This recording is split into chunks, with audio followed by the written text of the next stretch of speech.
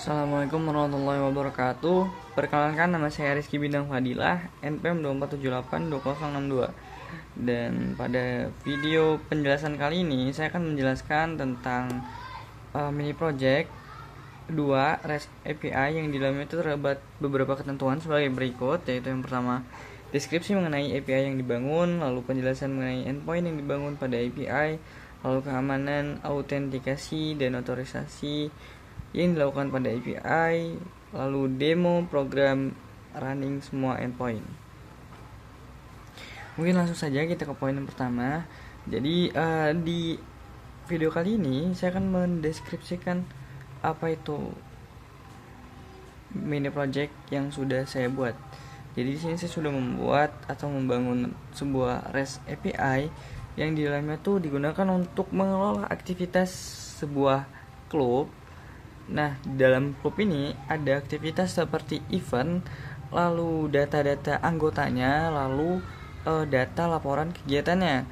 Jadi di dalam program ini kita akan manage atau mengatur itu semua, seperti membuat event, melihat tampilan event apa saja yang sedang berlangsung atau sudah berlangsung, lalu mengubah event, lalu mendelete event, dan pada data usernya itu kita bisa membuat user, lalu mengubah si usernya, data diri si usernya, lalu mendelete usernya, dan melihat user siapa saja yang sudah mendaftar ke dalam klub ini. Lalu setelah itu ada laporan kegiatannya, kita bisa melihat dan juga membuat laporan kegiatan pada event-event tertentu nantinya. Nah, di dalam REST API ini itu tuh judulnya adalah manajemen klub hobi. Nah, di dalam manajemen klub hobi ini ada 3 role ya gitu. Yang pertama itu ada anggota, lalu tamu, lalu ada admin. Jadi role ini berguna untuk memisahkan aktivitas yang bisa digunakan dengan role tertentu seperti admin, yang dimana admin itu bisa mengakses semua kegiatannya atau semua fiturnya, yang dimana kayak fitur membuat, mengubah, menghapus itu bisa dilakukan oleh admin.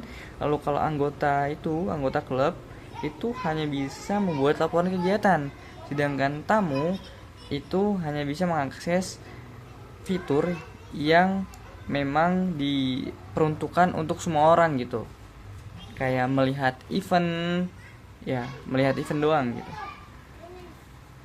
Nah, di dalam program ini juga nantinya itu keamanannya itu bakal diperketat gitu, atau lumayan aman, karena di dalam sini itu pada database-nya itu password dari si usernya itu bakal dienkripsi. Jadi si admin juga nggak bakal tahu password dari usernya itu apa gitu, karena sudah dienkripsi dan disimpan gitu. Setelah itu untuk mengakses fitur-fiturnya di sini juga memerlukan token. Jadi token admin itu beda dengan token anggota, dan token anggota juga beda dengan token punya tamu. Jadi sama-sama beda gitu. Ketiga role ini punya tokennya sendiri. Mungkin langsung saja kita lanjut ke programnya, penjelasan programnya, yang dimana di sini tuh REST API ini dibangun dengan 2 modul. Maaf apabila berisik, karena di luar banyak anak-anak bermain. Jadi di dalam mini project kali ini kita tuh buat 2 modul, yaitu modul model yang di dalamnya tuh berisi database yang digunakan untuk menyimpan database juga. Lalu ada modul REST API yang di dalam itu berisi endpoint-endpointnya, atau untuk manage dari si database-nya tersebut mau diapain gitu. Setelah itu mungkin kita akan bahas ke modul model terlebih dahulu, yang dimana di sini pertama itu kita akan mengimport modul Flask SQL Alchemy, yang kita import tuh SQL Alchemy-nya. Jadi di dalam modul ini tuh ada SQL Alchemy, yang dimana tuh ini tuh fungsinya buat ya mengelola database-nya gitu. Nah, jadi si Flask-nya ini bakal mengelola database yang ada di dalam sini, yang dimana tuh database-nya tuh Pertama itu ada event, lalu user, dan report. Lalu kita jadikan kita akan buat sebuah objek yang di dalamnya tuh ada SQL Alchemy. Jadi nanti kalau dipanggil tuh nggak perlu panjang-panjang juga, jadi tinggal db titik fungsi yang mau dipanggil gitu. Lalu di sini ada kelas event yang merepresentasikan objek event yang di dalamnya tuh terdapat yang dia mewarisi sifat dari SQL Alchemy, yaitu model, method model gitu. Jadi dipanggil dulu di sini yang menandakan inheritance ya. Setelah itu di dalam kelas event ini juga ada atribut-atribut segala macamnya seperti ID, nama, deskripsi, dan tanggal. Yang dimana ID ini merupakan sebuah kolom yang nantinya akan diisi oleh tipe data integer, dan ID ini merupakan primary key. Setelah itu di sini ada nama, dia juga sebuah kolom dengan tipe datanya itu string, dan panjang maksimalnya adalah 100, dan nullable-nya ini nggak boleh kosong, jadi harus diisi gitu, false kan, nggak boleh kosong. Setelah itu ada deskripsi, sama kolomnya dia merupakan sebuah kolom yang nantinya akan diisi oleh string dengan maksimal panjangnya itu 100 dan nullable-nya false, dan juga tanggal. Di sini ada db kolom, sebuah kolom juga yang nantinya akan diisi sebuah string dengan panjang maksimal 10 dan nullable-nya juga nggak boleh kosong. Pokoknya dia ini nggak boleh kosong. Dan format mengisi tanggalnya itu ada di sini, yaitu day, month, dan years. Jadi dd, strip, jangan lupa stripnya, lalu strip y ini maksudnya years. Maksudnya sini ada 4 angka yang akan menandakan years gitu. Setelah itu di sini ada method toDict, yang dimana dia ini akan mengubah objek event ini yang dalamnya tadi ada ID, nama, deskripsi, tanggal tadi akan diubah menjadi dictionary gitu. Dan ini juga berfungsi sebagai, karena kita kan akan memakai JSON sebagai database-nya, maka kita perlu buat seperti ini untuk kolom-kolom yang gitu. Setelah itu di sini ada kelas user yang di dalamnya tuh ada atribut sama kayak si event, cuman bedanya tuh di sini ID-nya sama settingannya. Lalu username-nya nih sebuah kolom dengan panjang stringnya itu maksimal, tipe data string dengan maksimal panjang 100 dan nggak boleh kosong. Dan juga username ini sebagai unique true, jadi sebagai data yang unik gitu, unique data. Lalu sini ada password dari si username-nya juga dengan panjang maksimal 100 dengan tipe data itu string. Lalu di sini ada role-nya dari si usernya. Di sini juga role-nya itu adalah sebuah kolom dengan tipe data string dengan panjang maksimalnya itu 100, dan di sini saya menyeting role dari sebuah user itu adalah defaultnya itu tamu. Jadi siapapun yang mendaftar pasti role pertamanya adalah tamu gitu. Setelah itu sini ada method toDict juga, fungsinya sama kayak yang di atas untuk mengubahnya ke dalam bentuk dictionary, dan bisa memudahkan kita untuk mengubahnya nanti dijadikan menjadi JSON gitu. Setelah itu di sini ada kelas report yang di dalamnya itu terdapat ID yang sama, settingannya kayak punya si user dan juga kayak punya si event. Lalu di sini ada event ID, yang dimana event ID ini berupa kolom dengan tipe data integer, dan juga dia nih foreign key, maksudnya tuh kayak masih kayak unique data, cuman dia nih unique data yang berasal dari si event gitu, event ID ini foreign key gitulah pokoknya bacanya. Sama si user ID juga begitu, dan juga kedua event ID dan juga user ID ini nggak boleh kosong isinya. Lalu di sini ada description, ya dia itu sebuah kolom juga dengan panjang maksimalnya itu 255 dan tipe datanya string. Kita gedein dulu. Nah, dan nullable-nya ini false, jadi nggak boleh kosong juga. Lalu ada submitted add yang di dalam itu adalah kolom dengan panjang string maksimal 20 dan nullable-nya false yang artinya nggak boleh kosong juga. Dan di sini juga ada method toDict yang dimana dia akan mengubah ini semua ini semua menjadi dictionary gitu. Nah, kurang lebih gitu untuk modul model. Ya, pokoknya model ini buat nyimpen database-nya lah dari si program REST API-nya tadi. Gitu. Mungkin kita langsung lanjut ke REST API. Pada REST API, dia ini pertama akan mengimport modul workzeup, dimana modul workzeup ini fungsinya buat ngehash password atau nge-enkripsi dari si passwordnya tersebut gitu. Jadi aman, nggak perlu ketahuan dari si adminnya gitu. Lalu setelah itu ada modul Flash JWT Extended dengan importnya itu JWT Manager, JWT Required, Create Access Token, Get JWT Identity, lalu ada Get JWT.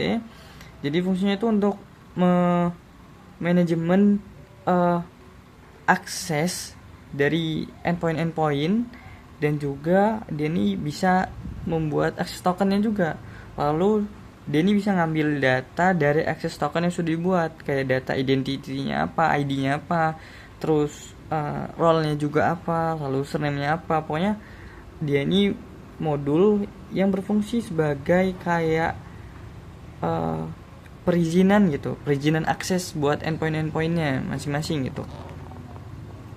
Lalu di sini ada modul Flash SQL Alchemy atau import, dan di sini ada modul Flash SQL Alchemy, dan di sini mengimport SQL Alchemy. Sorry. Di sini kita mengimport modul Flash SQL Alchemy, dan yang diimport tuh fungsi atau kelasnya yang bernama SQL Alchemy gitu. Yang nantinya buat manajemen database-nya, mengelola database-nya juga. Dan di sini kita mengimport Flash yang di dalamnya itu kita import Flash, request, disavify, dan abort. Jadi Flash ini untuk instansi dari si Flash-nya tersendiri, lalu request ini untuk kita nantinya bisa meminta data gitu. Lalu disavify ini format datanya itu kita akan pakai JSON. Setelah itu abort nih untuk kesalahan atau error yang ada di dalam program. Setelah itu kita mengimport modul-model ini. Yang di dalam modul-model itu terdapat DB, user, event, dan juga report gitu. Lalu mengimport modul datetime, importnya itu datetime juga, yang nantinya akan digunakannya itu dalam submitted add atau pengumpulan laporan kegiatannya. Jadi dia akan mencatat kapan dan jam berapa laporan tersebut dikumpulkan. Nah gitu. Setelah itu kita akan buat objek app yang isinya itu Flash name. Lalu di sini kita akan konfigurasi lokasi dan nama dari database-nya tersebut. Di sini kita akan menggunakan SQLite dengan namanya itu lab12b. Jadi nama database-nya akan bernama lab12b gitu. Setelah itu kita akan konfigurasi track modification-nya. Di sini kita akan nonaktifkan atau false karena takut memakan banyak ruang gitu. Track modification-nya kita nonaktifkan. Lalu di sini ada secret key-nya yaitu Python, kita atur menjadi Python. Lalu kita hubungkan nih, kita inisialisasi DB dengan app. Jadi keduanya itu terhubung gitu antara model dan juga si REST API-nya nih. Dengan ini. Lalu membuat objek JWT yang isinya itu JWT Manager, lalu agar si JWT Manager nih bisa memanage si app-nya tadi, si Flash-nya tadi. Jadi keduanya itu sama-sama terhubung gitu dengan JWT sebagai objeknya. Lalu di sini dia akan meng-create atau membuat semua apa ya nyebutnya?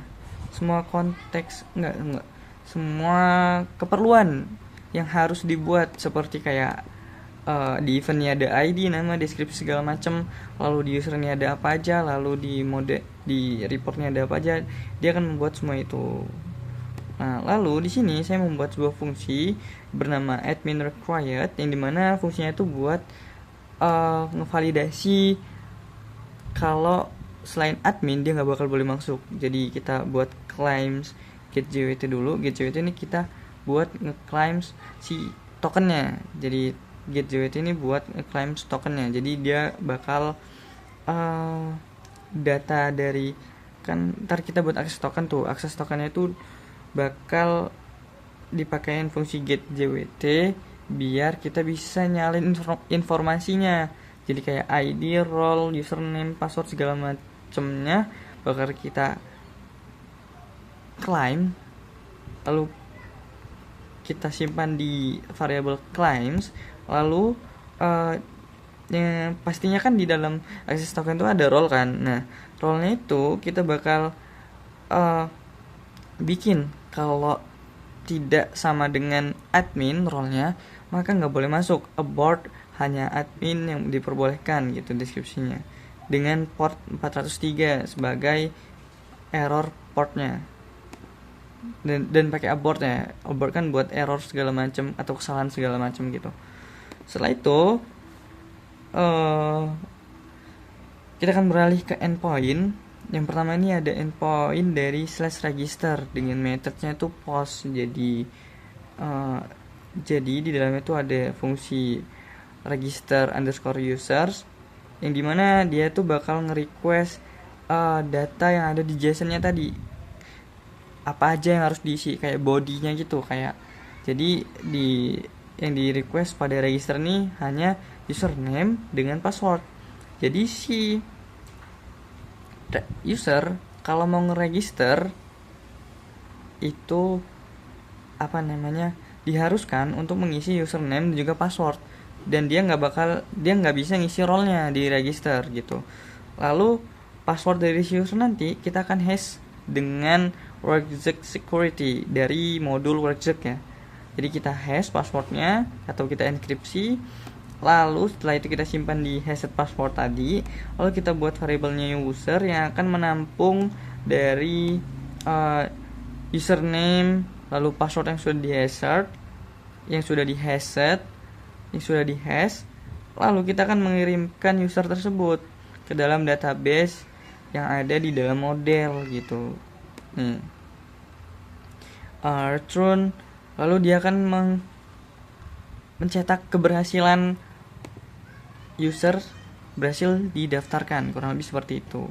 Lalu data user tadi yang di dalamnya ada username dan password bakal diubah ke dictionary yang ada di sini. Tadi kan user kan, berarti dia bakal masuk ke sini gitu. Ini akan berperan untuk mengubah menjadi dictionary yang dibutuhkan untuk JSON tadi. Setelah itu ke endpoint /login post dengan metode post tadi. Di sini ada fungsi bernama login, yang dimana fungsi login ini bakal minta data dari JSON-nya tadi, body data dari JSON-nya. Apa aja sih yang harus diisi dalam login ini, yaitu username dan juga password gitu. Setelah itu dia bakal ngecek nih, dia bakal ngecek seluruh user yang ada di username tadi gitu. Lalu kalau nggak ada user atau password enkripsinya itu nggak ada yang sama dengan yang ada di username tadi, maka dia akan ngeprint return username atau password salah karena nggak sama dengan yang ada datanya di database-nya gitu. Ya kurang lebih gitu. Terus di sini ada access token. Dia jika username sama passwordnya itu ada, lolos validasi gitu, dia akan meng-create access token. Dia akan membuat access token yang nantinya access token tersebut mengandung identity dari si user ID-nya tadi. Lalu role dari si usernya juga akan dicatat, additional yang dimasukkan dalam additional underscore claims. Jadi token tersebut bakal mengandung itu, lalu dia akan mereturn atau menghasilkan akses token tersebut. Jadi nanti akses tokennya bakal terbuat gitu. Nah di sini setelah terbuat gitu, dia akan bisa digunakan untuk mengakses endpoint lainnya tergantung role-nya tadi, role dari si usernya tadi gitu. Setelah itu sini ada endpoint management user, yaitu /report, methodnya post, dan di sini menggunakan JWT required, yang dimana sini tuh ada akses perizinan yang dimana diharuskan buat masukin tokennya gitu. Nah di sini di dalam endpoint ini ada fungsi bernama submit report, dimana dia akan minta tokennya dulu, lalu tokennya ini bakal diubah menjadi lower gitu, rollnya tokennya. Jadi tokennya ini bakal diminta, lalu bakal diambil data rollnya aja, lalu rollnya tersebut bakal diubah menjadi lower untuk menyamakan gitu. Jadi selanjutnya dia bakal nyamain kalau bukan anggota. Kalau role tersebut bukan anggota, ya udah tolak gitu. Abort, description hanya anggota klub yang dapat mengirim laporan. Kalau ada, maksudnya kalau role-nya itu anggota, kalau lolos validasi ini, maka si fungsinya bakal nge-request get JSON. Dia bakal minta body yang dikirimkan oleh si klien tadi. Jadi data yang harus dikirimkan di /report post ini adalah event ID dan juga deskripsinya apa. Jadi nantinya akan disimpan di variabel masing-masing ini. Lalu user ID-nya juga bakal disimpan. Lalu dia bakal diperiksa dulu nih. Kalau event ID atau deskripsinya ini nggak ada, kalau salah satu antara itu nggak ada, maka dia akan nge-abort atau ngeluarin error, yaitu event ID dan description wajib diisi. Jadi dua-duanya ini wajib diisi oleh si user pada post report. Setelah itu dia bakal ngecek apakah event ini ada. Kalau event yang nggak ada, maka dia akan ngeprint abort. Dia akan ngeprint event tidak ditemukan karena dia masuk ke abort, dia ke errornya dari si REST API ini, yaitu event tidak ditemukan. Namun kalau lolos dari validasi ini, kedua ini, dia bakal masuk ke dalam dia bakal dijadikan ke satu variabel bernama report, yang dalam itu ada fungsi report. Nah di dalam reportnya ada event ID yang udah dicatat tadi, lalu user ID, descriptionnya apa, lalu ditambahkan submitted at, yang dimana submitted at ini dia akan ngelacak otomatis waktunya kapan dan di jam berapa dia menginputkan atau mengirim laporan ini. Kayak nih formatnya itu day, month, years, lalu di sini ada hours, minutes, lalu secondnya berapa, seperti itu. Setelah itu dia akan dikirim nih ke database dan akan ngeprint keberhasilan, yaitu laporan berhasil dikirim gitu. Report dengan menampilkan, dan selanjutnya akan menampilkan laporan yang sudah diubah menjadi ke dalam bentuk dictionary tadi. Lalu setelah itu di sini ada endpoint /reports dengan metodnya get, dan di sini dia saya menaruh JWT required buat validasi atau bukan validasi sih, ya mirip validasi, atau dia ini yang megang aksesnya endpoint itulah.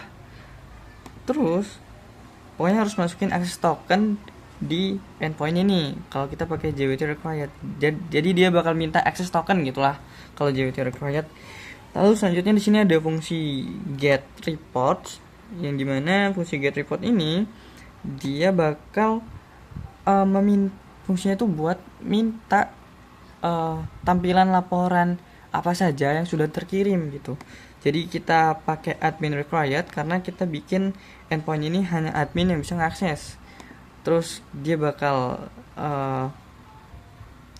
meriksa semua reportnya yang ada di database-nya Lalu dia kan mereturn semua report yang ada di dalam database tersebut gitu. Selanjutnya ada endpoint /user dengan method post, yang dimana ini ada JWT required juga, ya fungsinya untuk minta akses tokennya. Lalu setelah itu dia bakal minta setelah itu dia ada fungsi bernama create user, yang dimana create user ini kita pasangin admin required. Dimana di admin required itu kan kalau selain admin berarti nggak boleh lewat kan, berarti /user post ini memang khusus buat admin endpointnya. Lalu dia akan nge-request data JSON yang sudah kita inputkan, lalu dia bakal naruh data tersebut di variable username dan password di password, lalu role-nya apa, dan kalau nggak ada role yang kita isi berarti tamu yang bakal masuk ke role tersebut di post gitu. Setelah itu di sini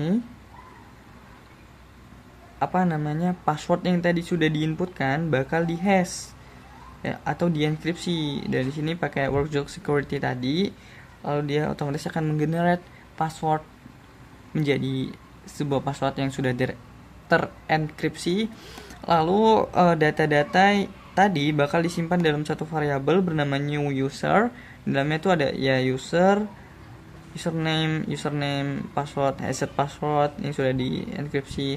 Lalu role-nya tuh tadi data role-nya dijadikan satu variabel bernama new user, yang nantinya variabel new user tersebut akan dikirim ke database ya. Pertama di add dulu, baru di commit, lalu dikirim, dan dia akan nge-return keberhasilan dan nge-return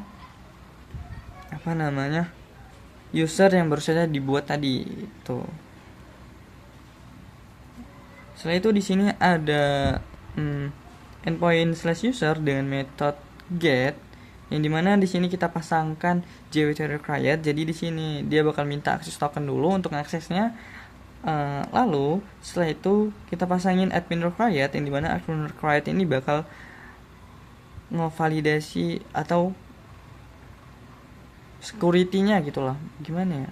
Ya pokoknya selain admin dia nggak bakal boleh masuk ke si method get dari /user tadi. Makanya hanya admin yang diperbolehkan gitu. Nah di sini dia bakal dalam fungsi get underscore user ini dia bakal nampilin seluruh user yang ada di dalam database gitu. Jadi kita pakai fungsi ini, lalu dia akan meriksa semua user yang ada, lalu masukkannya ke dalam user di variable user gitu.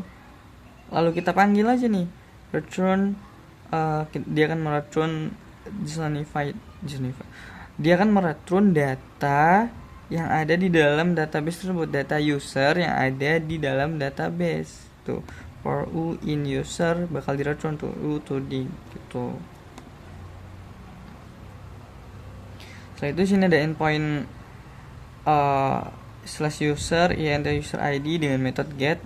Ini untuk melihat user dengan user ID-nya. Jadi langsung misal get /user /1 berarti ID user pertama akan terlihat gitu. Dan di sini kita pasangin JWT required juga yang fungsinya buat ngevalidasi bakal minta yang fungsinya bakal minta akses tokennya. Pokoknya harus nginputin akses token di endpoint ini pokoknya. Dan di sini ada dev get user yang punya buat nampilin seluruh user yang ada pada database yang sesuai dengan ID-nya gitu, user underscore ID. Jadi user ID yang sesuai dengan yang dia cari itu bakal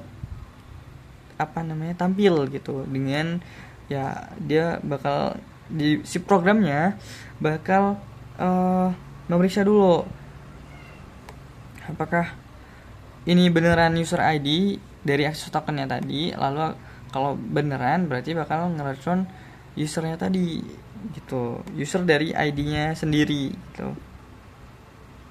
Setelah itu di sini ada endpoint dari /user ID dengan metodenya itu put. Jadi di sini tuh kita bisa ngubah data diri dari si user, namun khusus role admin tuh. Jadi di sini kita pakai JWT_create lagi buat agar si ininya tuh butuh token buat ngaksesnya. Lalu kita buat fungsi bernama dev update user. Ini dalamnya itu ada parameter user ID-nya tadi. Lalu di sini kita bakal bikin program buat ngambil data identity-nya berapa si usernya. Lalu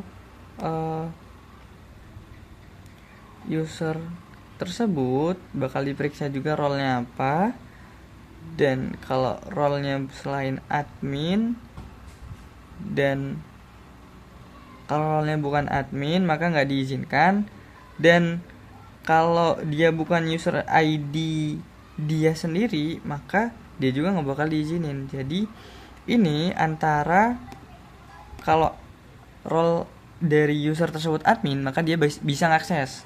Kalau role dari user tersebut selain admin kayak anggota atau tamu, maka dia nggak bakal bisa akses kecuali itu punya dia sendiri datanya, kayak ID-nya gitu. ID-nya sama dengan user yang dia punya. Setelah divalidasi dia bakalan lolos. Kalau udah lolos maka akan diperiksa juga usernya, user ID yang dimaksud. Lalu dia bakal nge-request data get JSON-nya. Lalu dia bakal nge-request data yang bakalan diubah oleh si klien. Lalu kalau dia dapat username maka diubah username tersebut sesuai dengan klien maksud gitu, sesuai dengan input klien. Terus kalau passwordnya juga dia bakal diubah, lalu sekalian dienkripsi gitu. Setelah itu kalau dia minta ngubah role-nya, dia juga bakal bisa ngubah role-nya, dan program tersebut akan mengganti role dari si user tersebut. Jadi si user ini bisa ganti role-nya dia sendiri tuh. Setelah itu bakal dikirim ke database data-data yang sudah diperbaharui tersebut. Setelah itu di sini ada endpoint dari /user ID dengan metodenya itu delete, yang dimana di dalamnya itu terletak dikasih JWT_create, yang dimana harus minta akses token dulu. Lalu di sini ada admin required, ya hanya admin yang bisa mengakses. Lalu di dalamnya itu ada user sama dengan user query get or 404, yang dimana dia bakal meriksa user yang mau di delete gitu, apakah ada atau enggak. Setelah itu bakal di delete nih usernya. Itu bakal dikirim ke database kalau user tersebut sudah di delete, dan akan meracun keberhasilan, yaitu user berhasil dihapus dengan pesan ya kayak gitu. Setelah itu di sini ada endpoint dari manajemen events, yang dimana di dalamnya itu ada /events dengan method post, yang dimana dia bakal minta token juga. Terus ada fungsi create event, yang di dalamnya itu ada admin required, jadi hanya admin yang bisa akses. Lalu di sini akan nge-request data get JSON-nya, apa yang dia bakal ngambil permintaan dari si klien, data apa yang mau di-post gitu. Terus kalau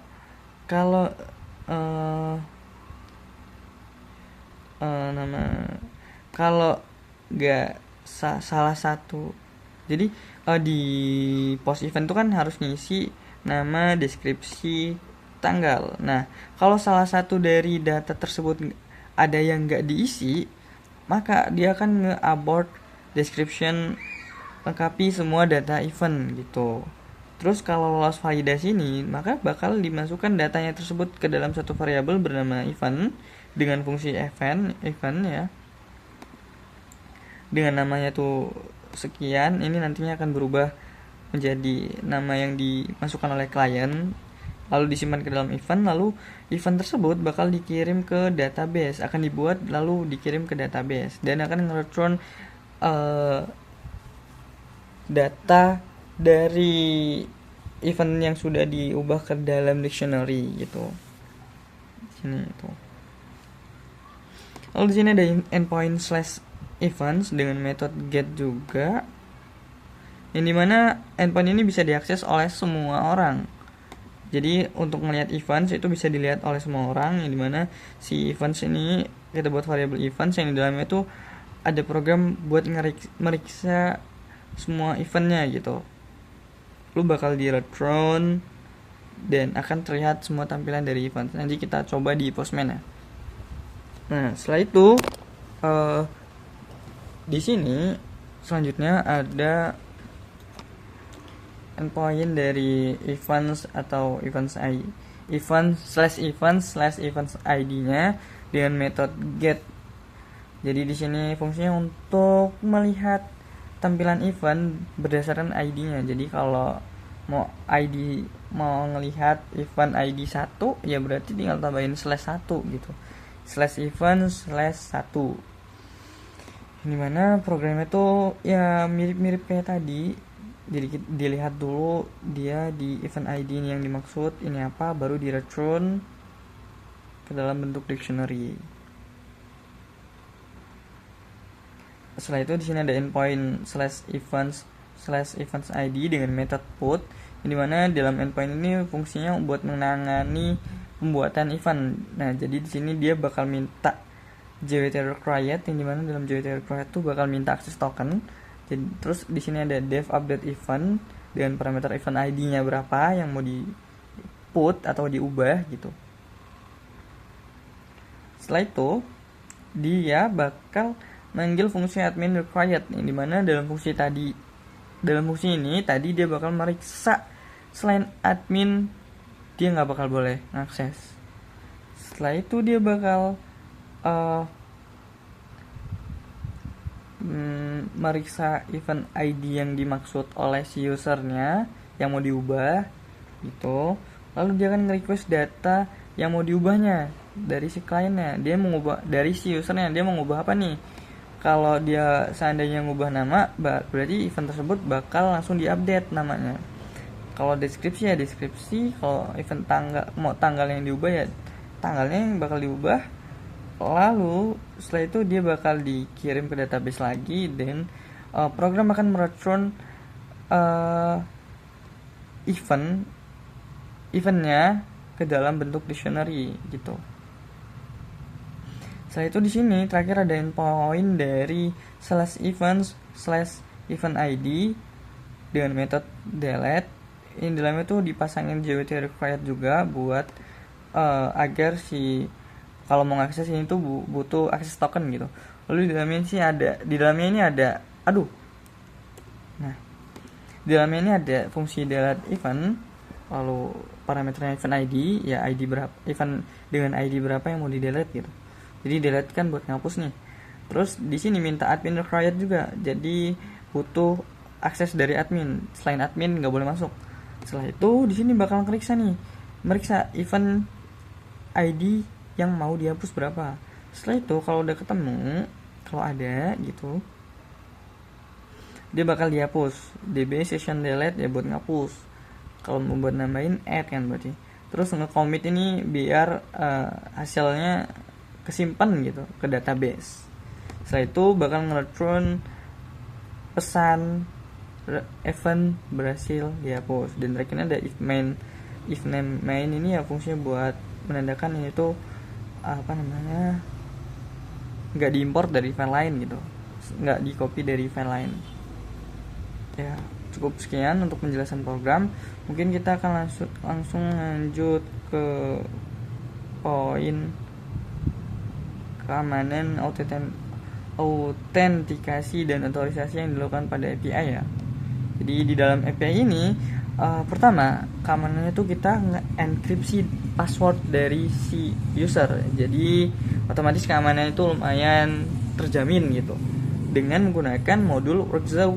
Nah di sini nih program ini hashed password ya, Workzook Security generate password hash password gitu, jadi di enkripsi passwordnya. Nah, kedua di sini kita validasi fungsi yang akan memvalidasi dari role user tersebut. Jadi dalam fungsi ini dia bakalan nolak selain admin dia nggak bakal diizinin gitu. Selain admin dia nggak bakal boleh ngakses. If claims it titik get dalam kurung role, role-nya nanti apa, lalu diubah menjadi lower, lalu disamakan dengan string admin. Jadi selain string admin dia gak bakal ngizinin role lain untuk akses program tersebut.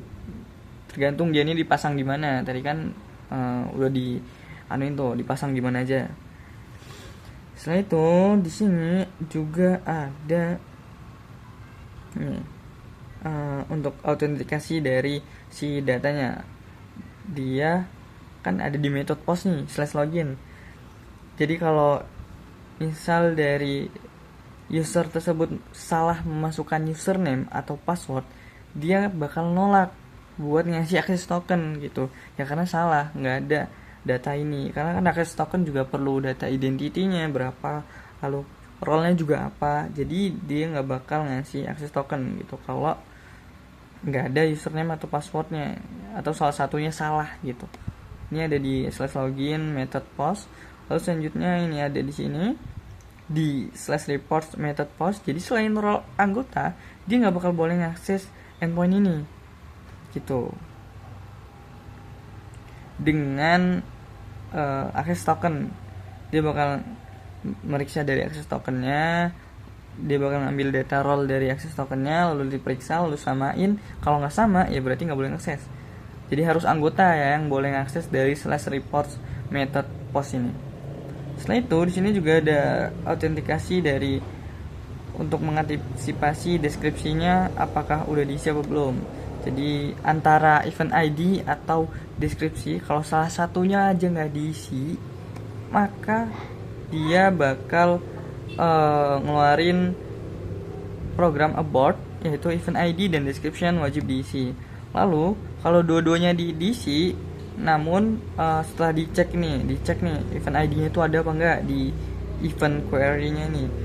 Lalu kalau nggak ada, dia bakal nge-abort description event tidak ditemukan gitu. Jadi itu merupakan kayak error handlingnya lah. Kalau ternyata eventnya itu nggak ditemukan atau event ID atau descriptionnya ini belum diisi, jadi harus wajib diisi. Setelah itu di sini ada lagi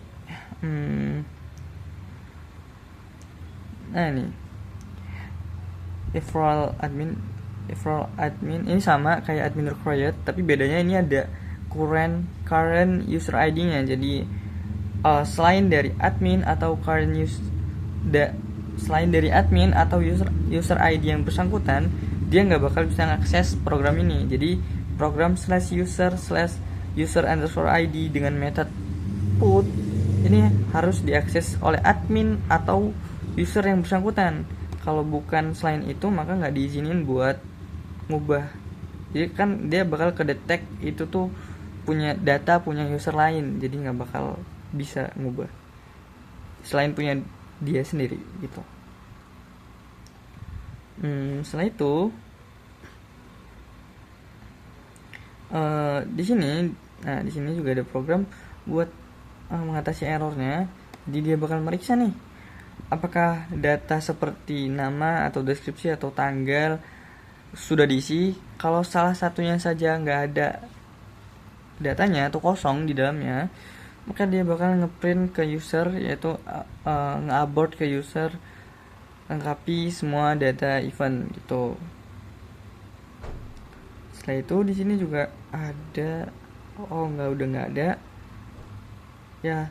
Keamanannya selain itu ya ada di JWT required, yang dimana setiap endpoint ini bakal minta access point. Jadi dari access point tersebut dia bakal meriksa apakah dia itu role-nya admin atau dia itu role-nya tamu atau role anggota, karena access point tiap role itu pasti beda dengan pakai modul flash_JWT_extended tadi untuk access token ya, manage access token. Setelah itu kita lanjut.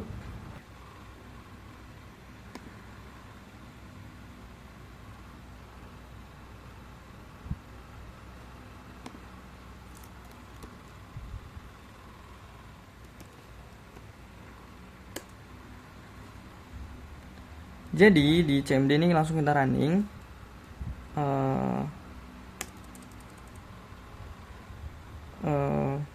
Running py res API .py. Nah, setelah di running, setelah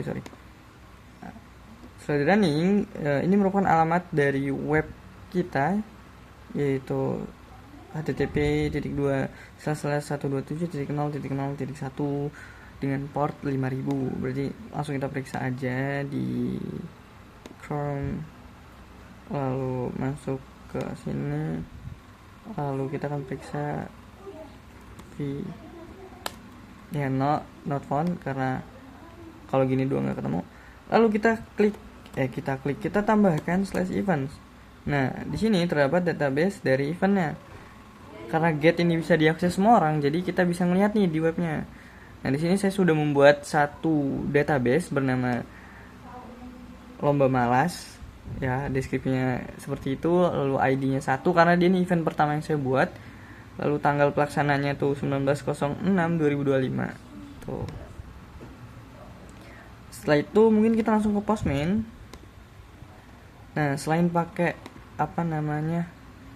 sini saya sudah melakukan percobaan sebelumnya. Jadi selain pakai selain pakai 127, selain pakai 127 ini kita bisa pakai localhost ya. Sama aja sih sebenarnya, mau pakai yang mana bebas. Tuh, dia bakal ngarah ke sini juga sama.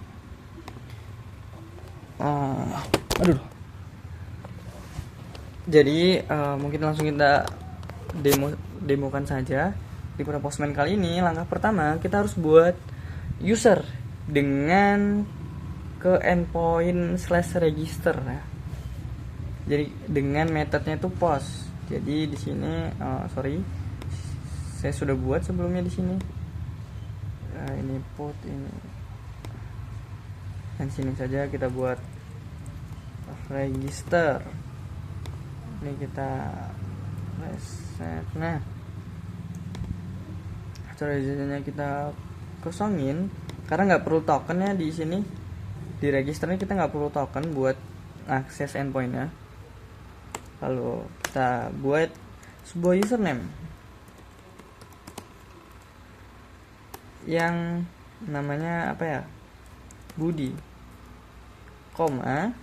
pakai koma, password, lalu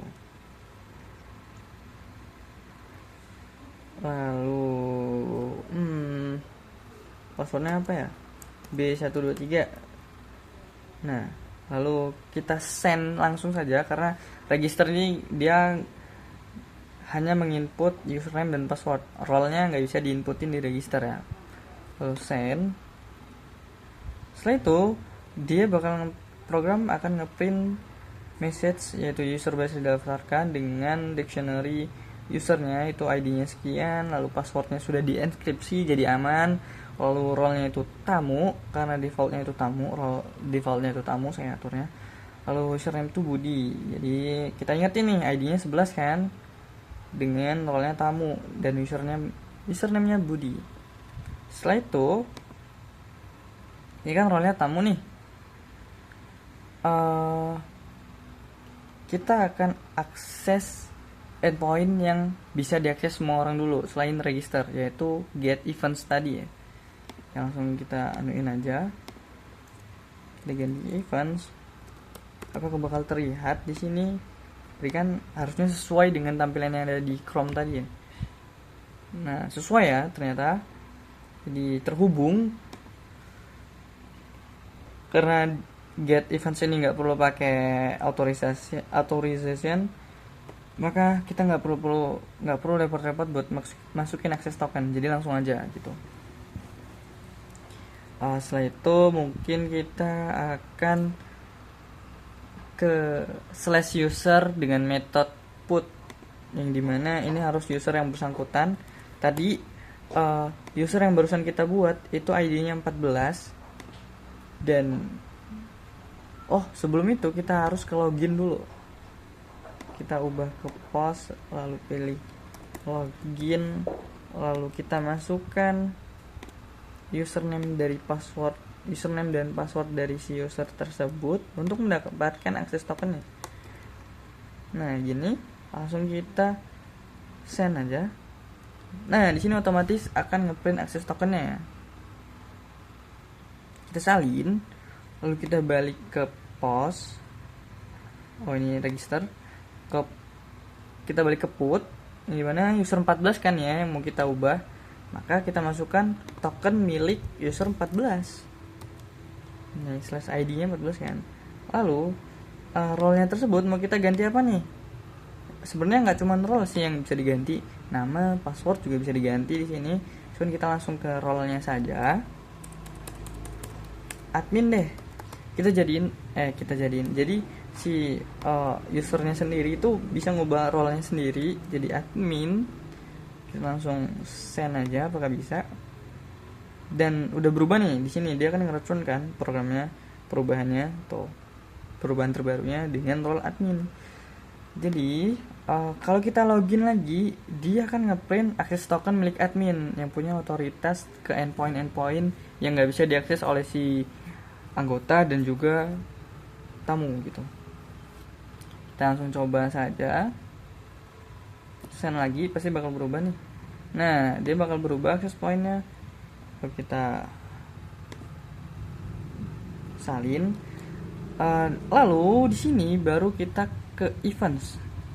Jadi kita akan membuat sebuah events menggunakan user dengan role admin. Tadi user role adminnya itu adalah, nah kita ganti jadi ini aja, apa namanya, events dengan post body bukan ketinggalan. Nah, autorisasinya kita ganti dengan akses token milik admin. Jadi si admin kan bisa buat events nih. Kita buat nih sebuah events. Jadi kalau di events tuh yang harus diisi ya nama dari eventnya,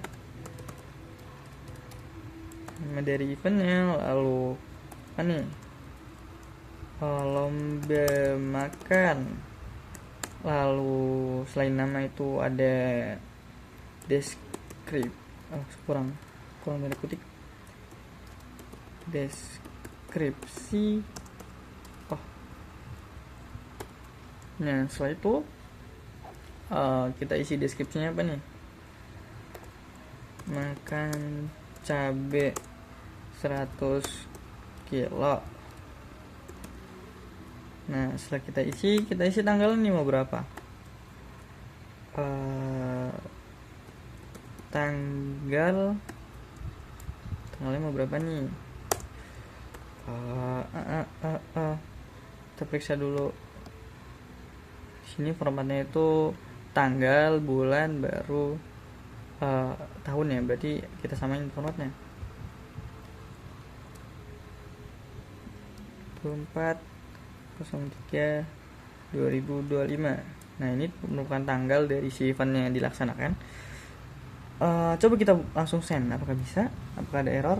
Invalid header string, default we can decode position invalid. Ada invalid di sini sepertinya, apakah di bagian sini. Coba kita send lagi, masih invalid. Apakah ada yang valid? Di sini ya nggak ada ini sih. Coba kita periksa dulu di salah kok ini sih. Sini di endpoint dari si /event post. Mana event post? Nama, deskripsi, tanggal.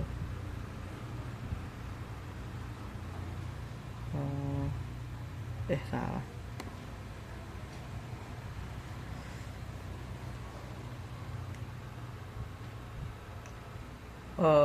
Apakah perlu ID? Harusnya ID tuh udah, coba kita ID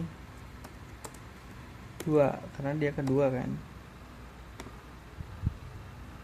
Masih invalid header string, invalid start bit, maksudnya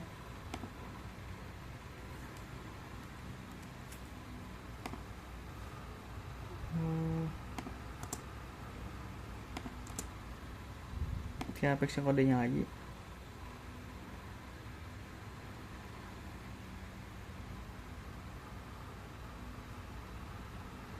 Coba, aduh, benar. Postman.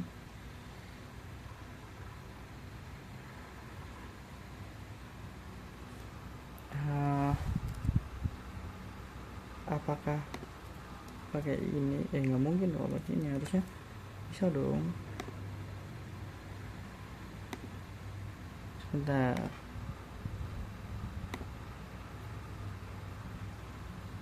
Mana tadi? Ini. Kalau memakan cabai, invalid header string. Apa yang invalid headernya? Decode bit. Apakah di authorization? Udah bener dong itu harusnya. Coba kita salin ulang deh.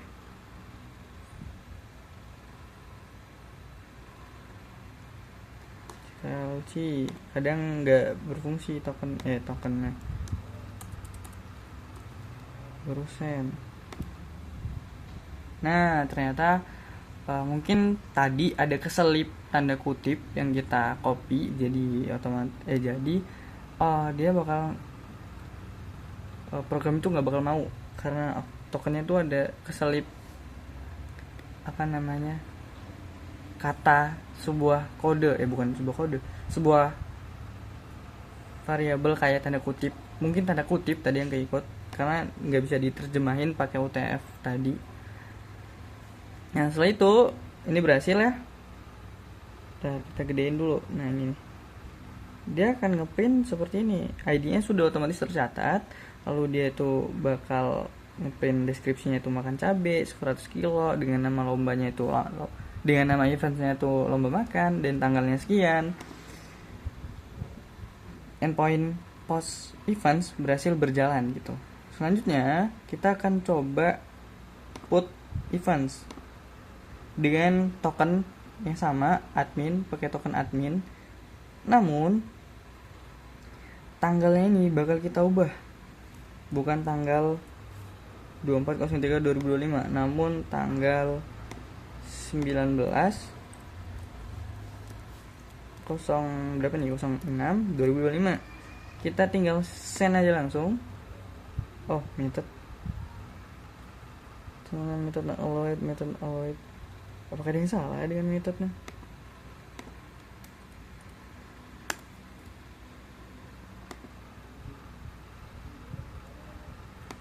Sebentar. The method is not allowed for request URL. Sorry. Jadi kalau mau nge-put itu kan harus ditambahkan event ID-nya tuh. Nah, ini belum ditambahin nih. Event ID yang barusan kita buat itu dapat ID 2 tadi kan, berarti /2 gitu. Sorry. Send. Nah, baru dia akan ke-update tanggalnya menjadi tanggal 19/06/2025. Dengan ya yang lainnya masih sama ya, karena yang kita ubah kan tanggalnya doang tadi.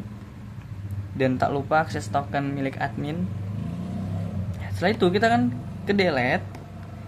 delete events 2 ID 2, jadi dia akan terhapus. Lalu jangan lupa masukkan akses tokennya, karena punya saya masih akses token punya admin dari tadi, jadi langsung saya delete aja dan nggak perlu ini. Jadi kalau mau delete tuh tambahkan events ID-nya juga ya, jangan lupa. Kita send dan event berhasil dihapus, berarti eventnya tersebut hilang gitu, udah nggak ada di database. Setelah itu kita akan lanjut ke user. Jadi di user ini kita hapus aja nih biar nggak penuh. Jadi di user tadi kan kita sudah nyoba register untuk daftarin user, lalu login buat akses token dari si user, lalu tak lupa put user buat ngedit database data biodata diri dari si user tersebut. Dan kita udah edit si Budi ini sekarang jadi admin, jadi dia bebas mau ngelakuin apa aja ke user. Kita copy lagi akses tokennya, pastiin nggak ada tanda kutip yang terikut agar tidak terkejadian seperti tadi. Jadi kan kita udah nyoba put nih, sekarang kita coba buat user. Jadi si admin ini dia bisa ngebuat sebuah user. Jadi selain role, admin ini butuh username. Kita bakal ngebuat username yang role-nya tuh jangan admin tapi anggota. Lalu usernya ini punya nama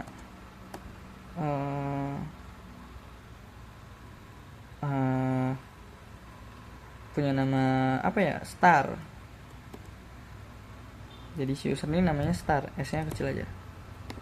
Setelah itu passwordnya ini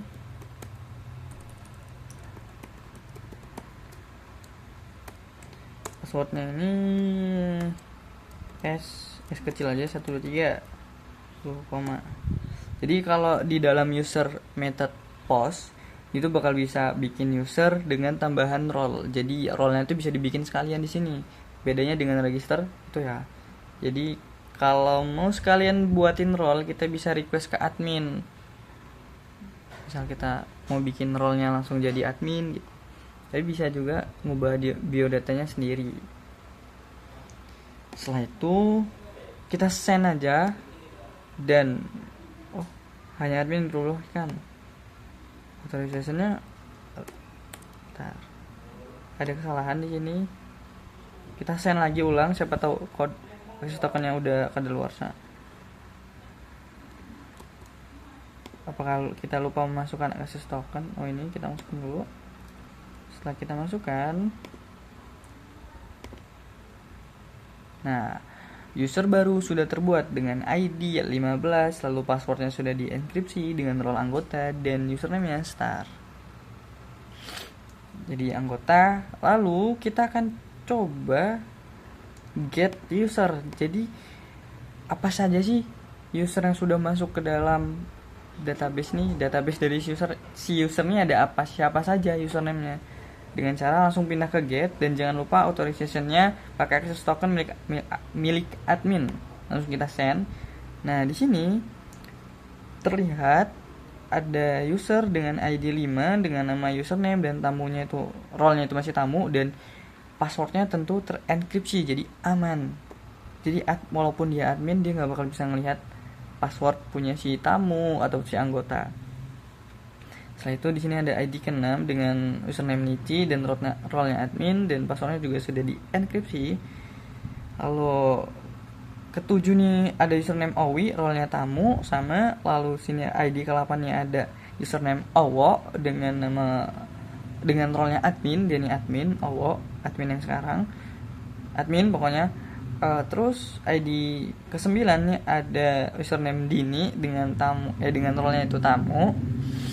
Lalu di sini ada ID ke-10, ya banyak ya ternyata yang sudah ada di database ya, karena saya sudah mencoba sebelumnya. Lalu username player 1, role-nya admin. Lalu ID ke-12 username saya, role-nya anggota juga anggota. Lalu ID ke-13 nih username-nya Bin dengan role-nya anggota.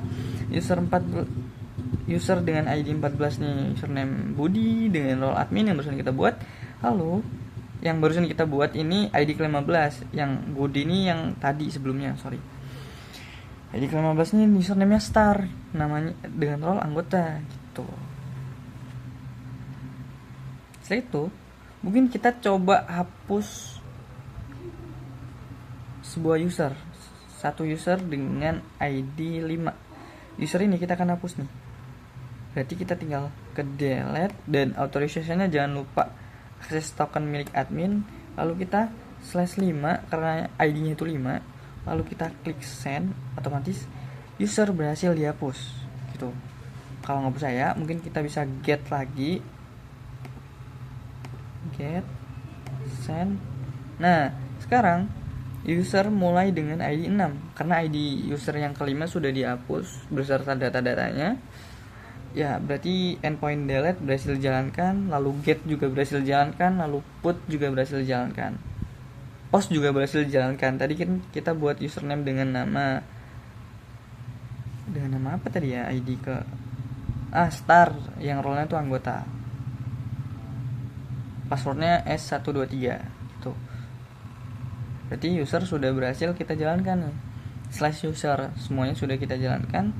Lalu kita akan berpindah ke /reports. Jadi di /reports ini post reports kita ganti reports.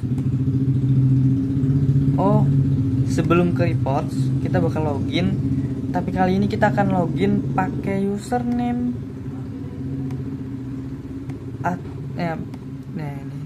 nih sekalian. Jadi di sini kita akan login, post ubah ke login /login. Sini kita akan login pakai username star, lalu passwordnya S123. Lalu karena kenapa kita login pakai ini, karena role dia itu anggota yang otomatis bisa mengakses endpoint dari /reports method post gitu. Jadi kan yang diperbolehkan hanya anggota tuh. Jadi kita login pakai ini, nanti kita dapat akses tokennya, kita masukin, baru kita bisa buat laporan kegiatannya. Kita send. Kita sudah dapat akses tokennya, akses token anggota. Kita ke ini, ke sini. Ini report. Ya, lalu authorization yang kita isi punyanya si star yang role-nya anggota, yang otomatis dia bisa mengakses ini. Lalu kita tulis laporannya dengan menuliskan event ID berapa yang mau kita buat laporannya. Event ID jangan pakai tanda kutip ya, 1, karena sisa 1 ya tadi event ID-nya, kan kita sudah hapus event ID yang kedua. Dan jangan pakai tanda kutip karena tipe datanya integer. Yang ID. Setelah itu kita tulis description-nya apa nih?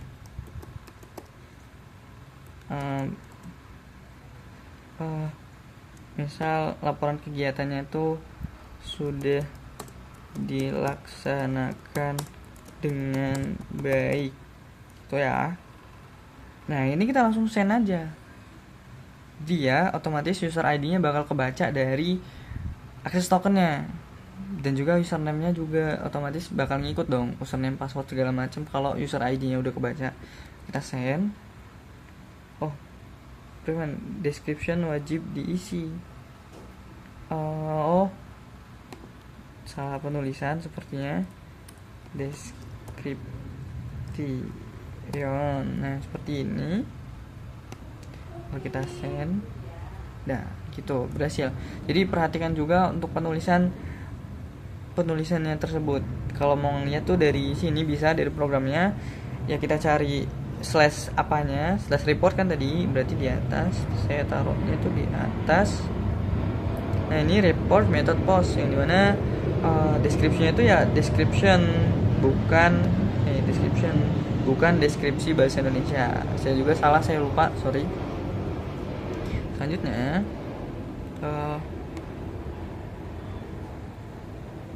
udah terkirim dan berhasil, laporan berhasil dikirim dengan keterangan seperti itu. Lalu description-nya sudah dilaksanakan dengan baik ya, sama event ID-nya 1, lalu ID-nya itu 4, ID laporannya maksudnya.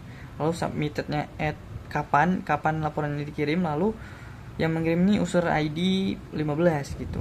Nah, selanjutnya kita pindah ke get, dan kita ganti akses tokennya nih, karena yang bisa ngakses get endpoint slash report dengan method get itu hanya si admin. Jadi kita login lagi pakai admin, login lagi, kita send lagi, otomatis berubah kan, access tokennya kita salin,